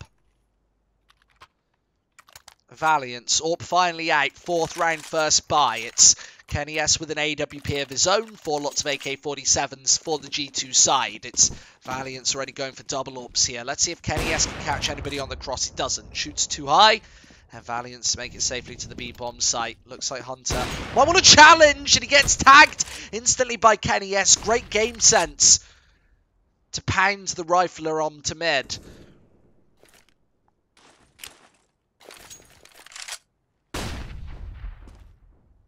Not good for Valiance. Definitely good for Kenny S, who's now attentively watching this angle. Held close. Hunter would have got taken down there, however. Amanex towards the top of B. Spots out the gun barrel. There's the instant headshot. There's the opening. Letney, no idea that he was over in that corner tucked away. Amanex just playing as passive as can be, and Jax as well gets pummeled on the A bomb site. Valiance need to find a couple of kills, but with the 2 defenders on the B bomb site, one going down, one aggressing and then going down, leaves just Hunter over here temporarily before getting shot up by Amanek. The B site taken. 40 seconds on the clock before that bomb, that C4 goes down. Nobody from Valiance wanting to go for this retake, of course. Disadvantageous positions on the B bomb site will barely ever work out for your CT side. These retakes are absolutely brutal.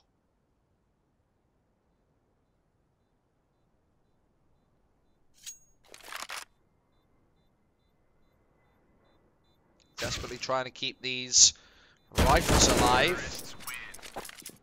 And Jack's going to rip them apart. What kills there? That was phenomenal. Yep, 4-0. And G2 looking to get more aggressive on this T side. They found their footing already. This is obviously just as good as you can get.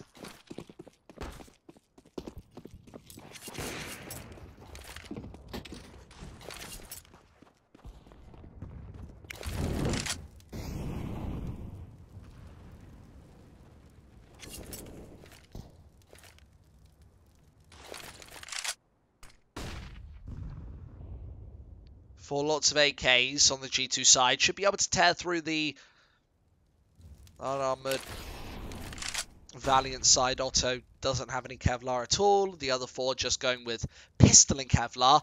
Shouldn't be enough to eliminate the G2 attack. They're going to be sending players down mid. And you see, just playing their default.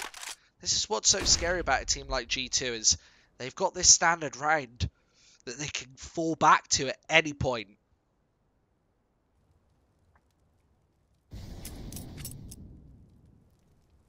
You wouldn't necessarily be expecting G2 to just falter and fall. The bomb joining them towards the bottom of mid. Now they're going to make the B split. Amanek towards the top of tons. He will be that pincer. Hunter's about to go for the knee, but waiting and watching. Jax is there. Headshot hit. And the second eagle drops. Letney falls, and that's pretty much everybody on the B-bomb site. Valiance, I don't even think they're going to go for this one. Maybe even setting up for exits. However, G2 have been able to rid the server of rifles many times. There aren't any to pick up here. However, it will be a 5-0 start for the G2 side. They had a very convincing performance on the T side of train as well. So if they can get the ball rolling, I know the G2 CT side's been a little bit lackluster today. However, they've been carrying it through on T from a 16-2 on train. And then that last map on train was not 16-2, but very convincing. That 16-2 was against Hellraisers first thing this morning. Otto finds another headshot.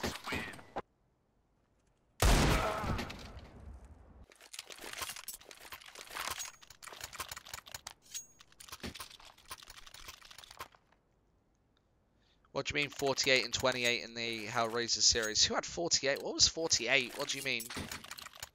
Blaz plays. I don't recognise those numbers.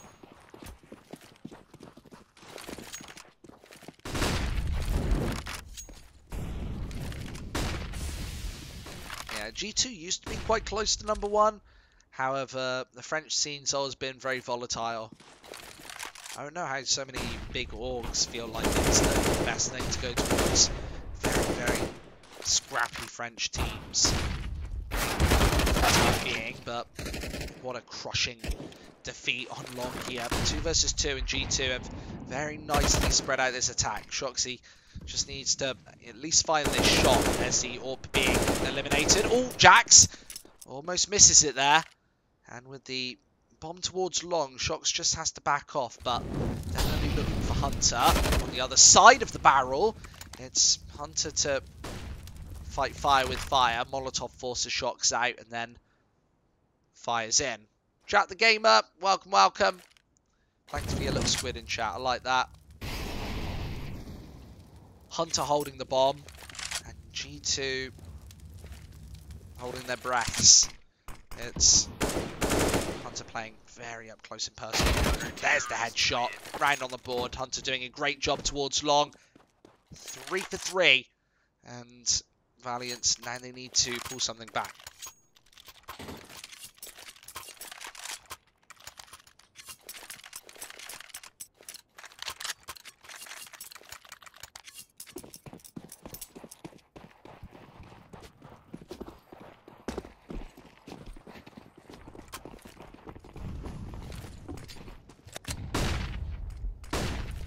Straight to the B-bomb site. G2 might get mowed down by the Famous, but Lenny, he's only good for 1. G2 absolutely maul the defense. And Amanek about to get the C4 down. Valiance instantly saves, and that was all off the back of a very aggressive pair of Mac 10s. Shox and Amanek deciding to straight up charge into the bomb site. Beautiful performance here from G2 as they keep the ball rolling. This is going to be very low loss bonus.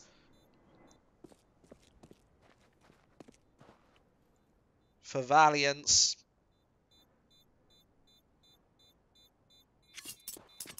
I actually don't know what we're going to see in terms of loss bonus here. Let's see if I can work it out. I think it should be 3,400, but I'm pretty sure that's wrong. Oh, it is. It is 3,400. So they're 5 points away from each other. So $3,400 per person for Valiance. 5 points at the start of this half.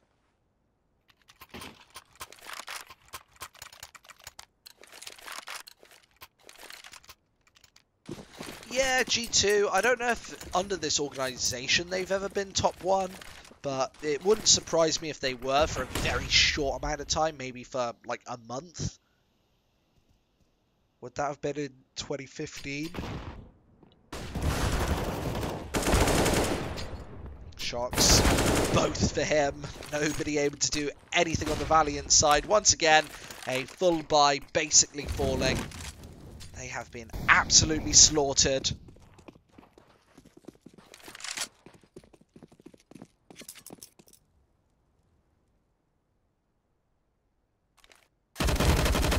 There's the fire through from Otto there. Great stuff from him. Remember, guys, if you want to show your support, show your love for EFL GG, make sure you press that big fat follow button.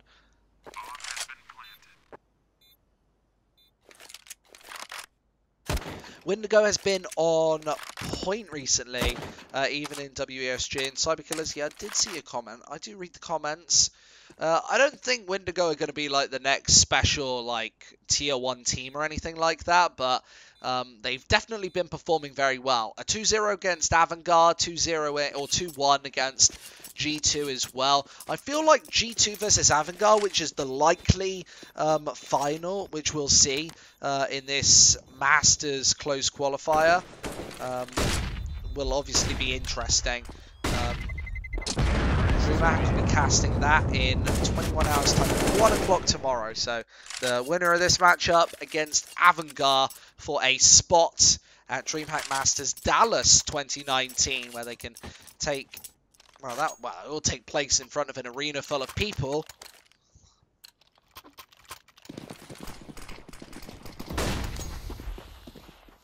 One to 7, the rotate back over to long. Kenny S has this angle lined up and fully flashed, able to eliminate Esperanto. He gets peppered, and this one doesn't taste good. A little too spicy, a little too hot. Kenny S's magic stick absolutely just whacking into long. Thud.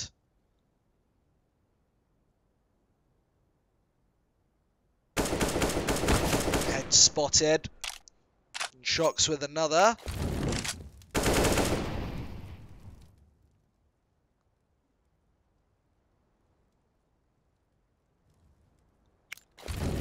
Certainly makes sense for the G2 side to play a very versatile attack.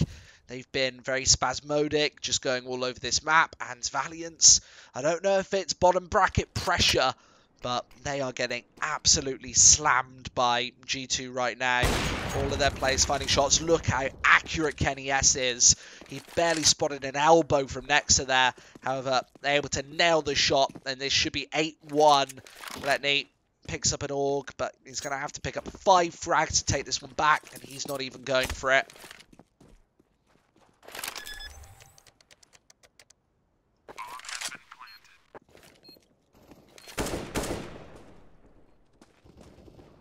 Yeah, Valiance do look lost in this series. Lordy Lord, they just look like they're being outclassed right now. This is just a very one-sided series. 8-1, and Valiance, now they don't even really have that much money. I think they'll probably go for a buy anyway. Probably rifles alongside the CZ75 on Hunter. But no, it looks like it will be this CZ round, and 8-1, G2 should be able to punish this.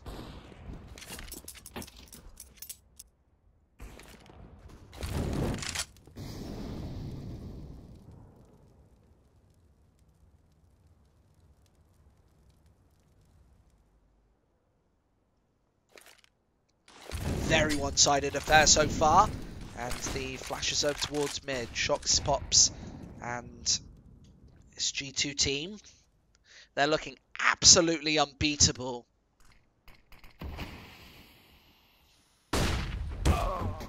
Esperanto tries to take the aggression towards mid, but nothing's going to happen. Nothing's going to work out favourably for Valiance here.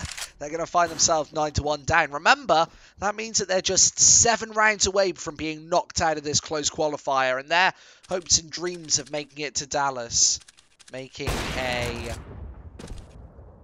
spot. You get your flights paid for, you get put into that pool, and obviously $250,000 on the line. A team like Valiance could, well, they live and die by those sort of invites, and they always get just a couple of paces away. But a team like G2, I don't think anybody would have really frowned if G2 had been given an instant invite instead of having to qualify for this tournament. Valiance is one of these teams who, they're not getting invites to $1 million championships. Instead, they have to fight their way in.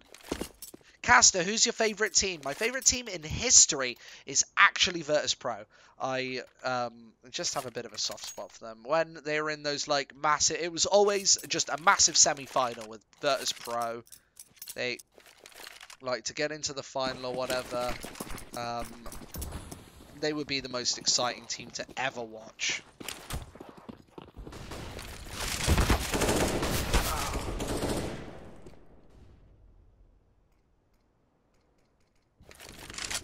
Yeah, people do find it boring when people when one team dominates, but we've seen it in CS I think 4 times now.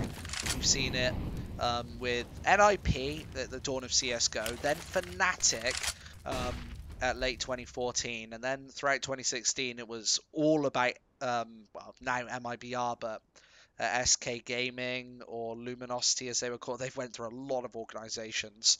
And now Astralis is that team, so we've always kind of seen it in CS, but I'm surprised how long Astralis have stayed on top. Nice shots from Letney. He's able to eliminate shots also, and next in line, it's Motto to finish off. And a good round, all things considered, from the Valiance team.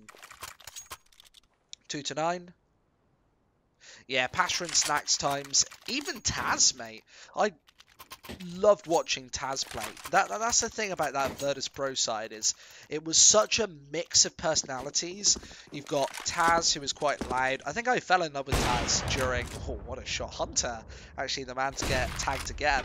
I loved Taz ever since he was trash-talking LDLC at Fragbite Masters. It was this LAN in like early 2014 or mid 2014, maybe even late 2014. I think it might have actually been like October 2014, thinking about it.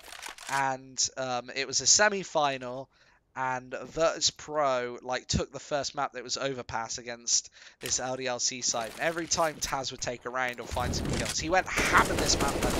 There are, you can Google it, like Taz Trash Talk Fragbite, and If I didn't think we'd get like DMCA'd, I'd play it on stream.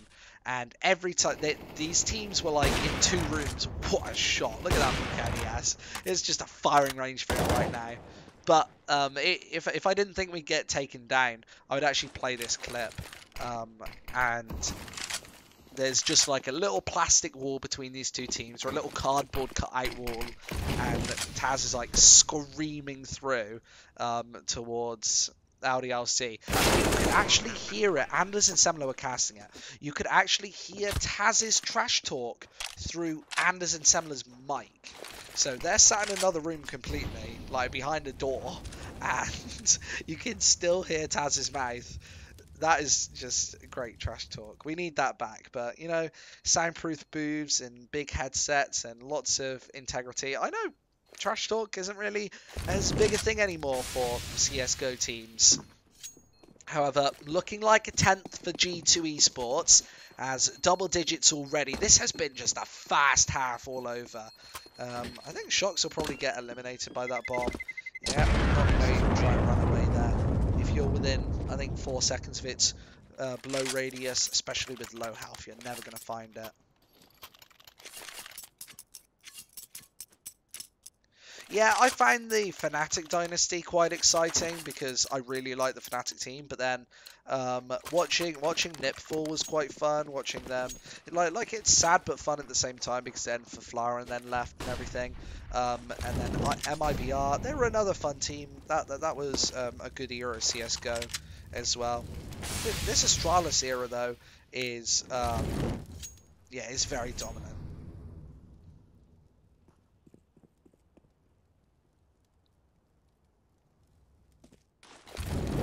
The thing about Fnatic is they were great. If they were down by like 10 rounds, it would never feel like they're out. If they were on their CT side, they were like the best CT team of all time. Just absolutely fantastic. I'm thinking really of their Inferno. That's where they're most famous. So it will be the A take again for G2. The smoke's placed.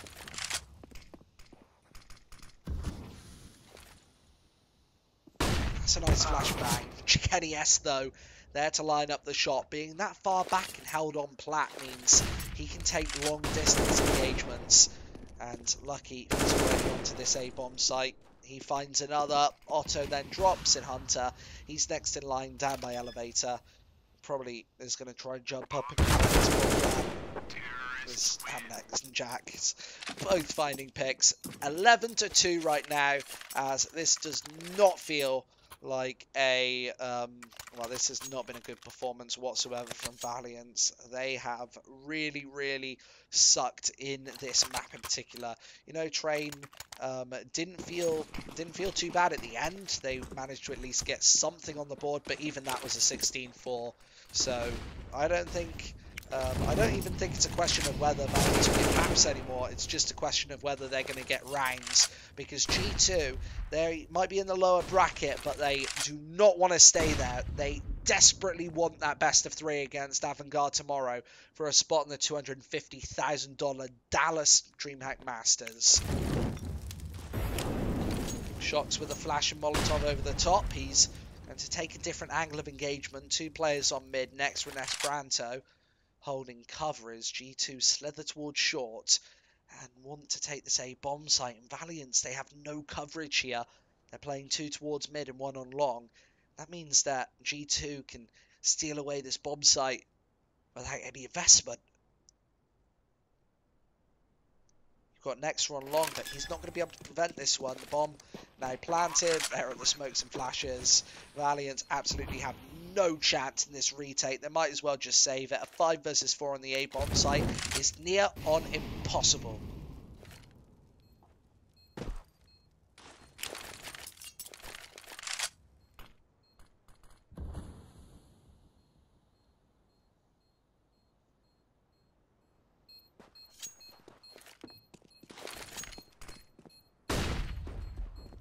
Over in pit, Nexa might be the only man to fall. He will expose his position fairly early, but there is an AWP covering this right angle, and Kenny S able to capitalise.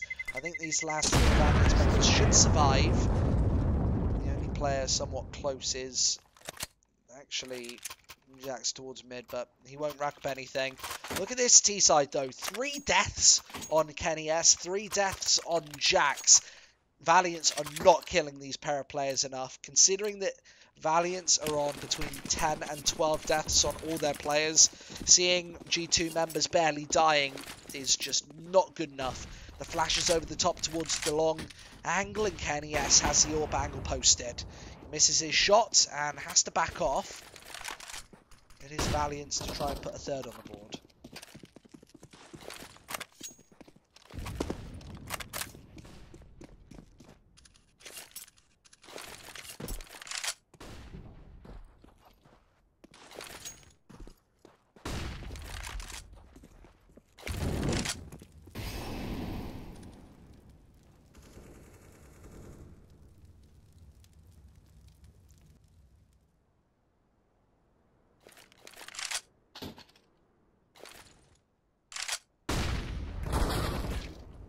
Otto picks it. Amanek has this angle posted. Another man advantage for G2, as they might be about to take this half just in incredibly convincing fashion. I don't know how Valiant's going to be able to deal with this one. Next right over the top actually falls down, but lucky around the smoke. Going to check all each and every one of his angles, and Letney just not fast enough on the trigger. Lucky finds him instead. Esperanto with Kenny S towards mid, so a 2v2 situation where Valiance does have the HP advantage. And towards the back of the site, Lucky has actually been spotted. So Esperanto and Co will be looking in for him, and Lucky needs both headshots here. He might have found Esperanto, but Nex knows exactly where he's playing from, and it's the single bullet needed to secure a third round. So it might be a nice finish for Valiance, but they're still very far behind at the end of the half.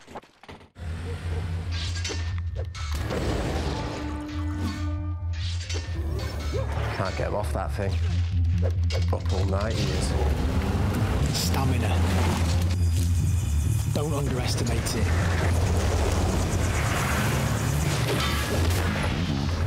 No dedication! Ready, let's go! That's just what we need!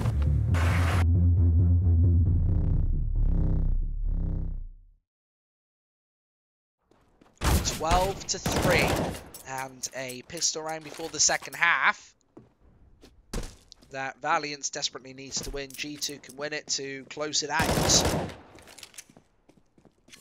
This hasn't been a competitive game at all, has it? A 16-4 in the first map, and the potential for this one to be even more one-sided just doesn't lend itself in amazing games. By any means. After this one, we're going to have, well, there's 2.5 hours before this next best of 3. That's over in America. We've got consecutive best of 3s coming up.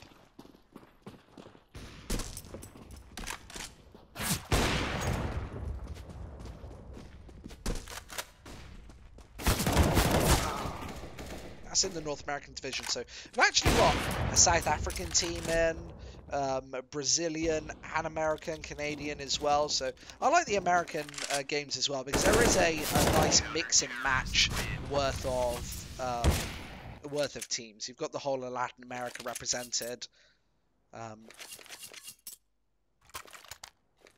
then teams from South America and South Africa as well, all chipping in. It's a nice broad range. However, we need to see a broad range of frags right now from Valiance. These pistols need to chip through. Nexa with a P250 in hand. Glocks on 4. And Kenny S with a lightning fast shot. What the hell was that? And straight into the B-bomb site. Valiant's going to be taking lower tons. Kenny S already with a second. Follows up onto Nexa. It's Letney and Otto remaining. And Jax watching attentively towards lower dark. Valiance should just about to be crushed. This has been just a terrible performance here, and this pistol round hasn't been much better.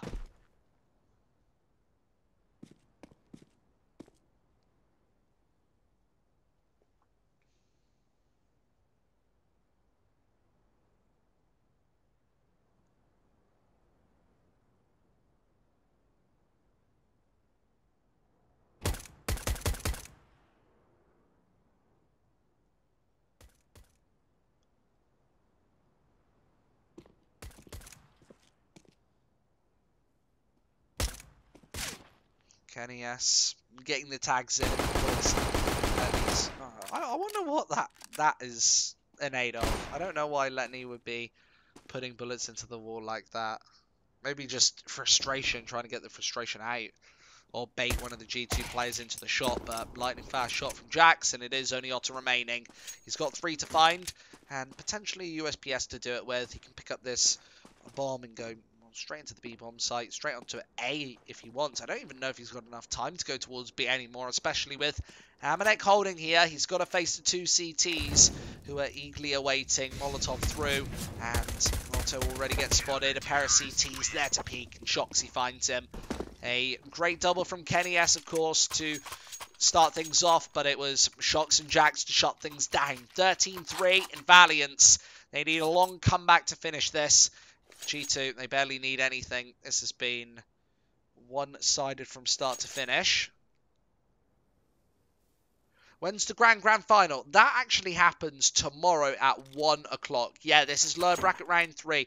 The winner of this gets through to the other final against Avangard tomorrow at 1 o'clock.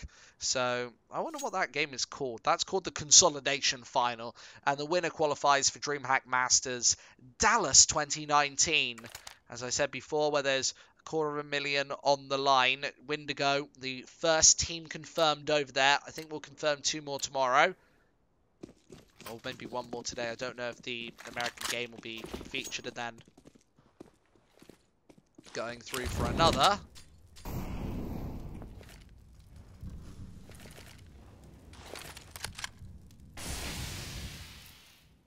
G2 with a lot of weaponry. Valiance with one last hurrah, a force buy in the second of the half.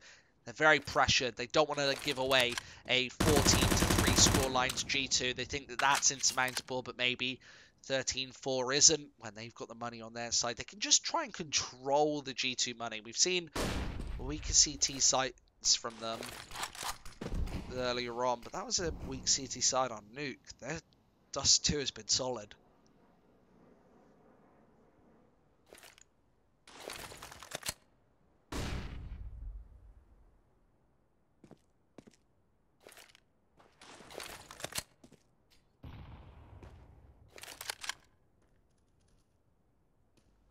$13-3, and G2 and Valiance going the distance here. This has been a very one-sided game. Amanek might extend it. What a bunch of shots! How is Amanek still alive? 5 HP. Valiance try and take control there, but it all falls apart. That was absolute destruction from that CT side. I don't think even 2 kills were found just then. It was, yeah, just the 1 frag found. Valiant absolutely getting torn apart in every single one of these situations. And this is G2 overwhelmingly dominating this second map of the day. They might have won with 16-4 in the previous map, but that's not even as convincing as this one's been. It was a rollover T side from G2, and now showing us similar scenes on the second half. Throughout the whole of this second half, it is Lucky here, chipping in and actually finding a pair of kills. He knows where the third man is. Otto taking control of the B-bomb site, but Letney, oh man, this is all falling apart. Only Hunter remaining, and Lucky might even go for the 1 dig. What the hell is going on? Just style points for G2 right now. This has been just an embarrassment of a show for the Valiance team. This really hasn't worked out for them. And there we go. Another point on the board. 15-3 as G2 want to take this one home. They've been firing strong from start to finish, but G2, they want to now book their spot against Avangard here tomorrow. That would be, well, an exciting matchup.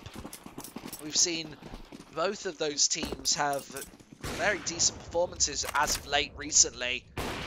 I said Kenny S was my star player for today. He finds the first shot there, up towards the top of mid. That shotgun raining through as well. Valiance getting crushed. This should be a 16-3. And what a performance here from G2. 16-4 apparently not dominant enough because right now they completely close Valiance out of the picture.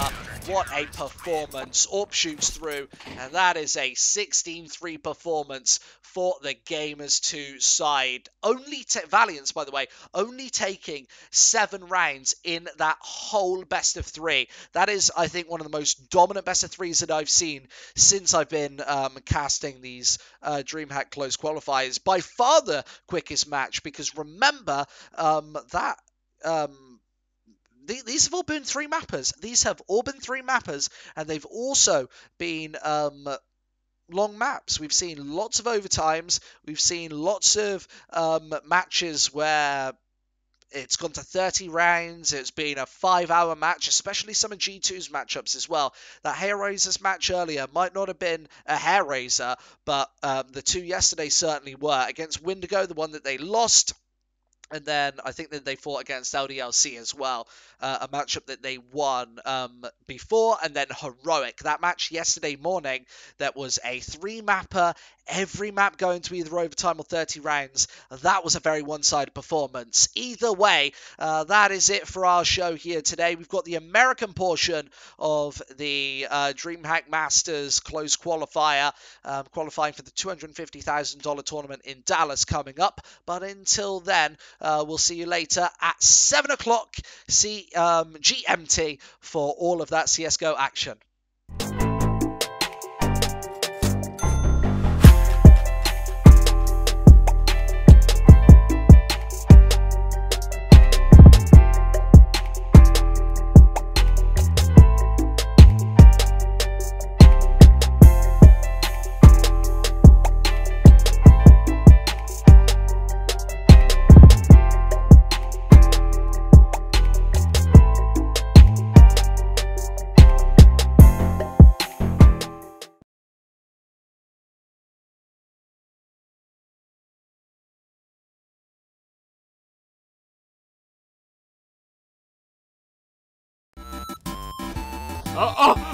What's this?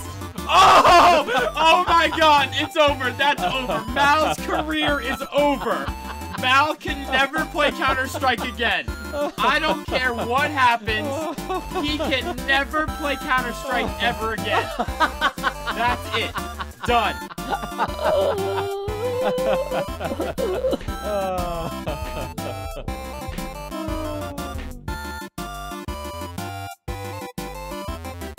Bomb planted at the A bomb site, and Avantgarde with opportunities to close his series off. Now, Kicker, he's challenged up close and personal. There's a follow-up headshot. Just Sirison to keep this one alive, and he has the AWP posted in his hand. Follow-up flick. There's the first, and he has time on this clock. The Molotov placed, and that is nicely poised. Sanji here on the defuse. It's Sirison trying to bait the player out, but Sanji doesn't go for the peak. Instead, it's the AWP loading and the headshot. Sirison, can he find this bomb? Yeah, there it is.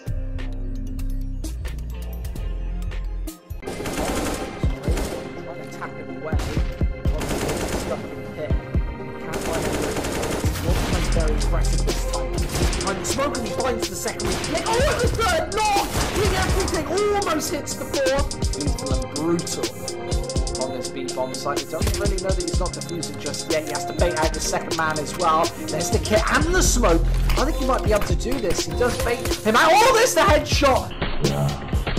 Nicely done, Existence Galaxy.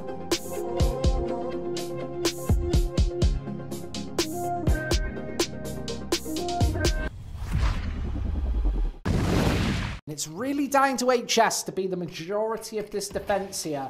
He needs to really heat up and hit some headshots here. Exactly like what it says on the tin. There's the first one. Nice flick upwards, and HS doing all the damage. What was that? HS with a quad kill. He's going absolutely off the rails.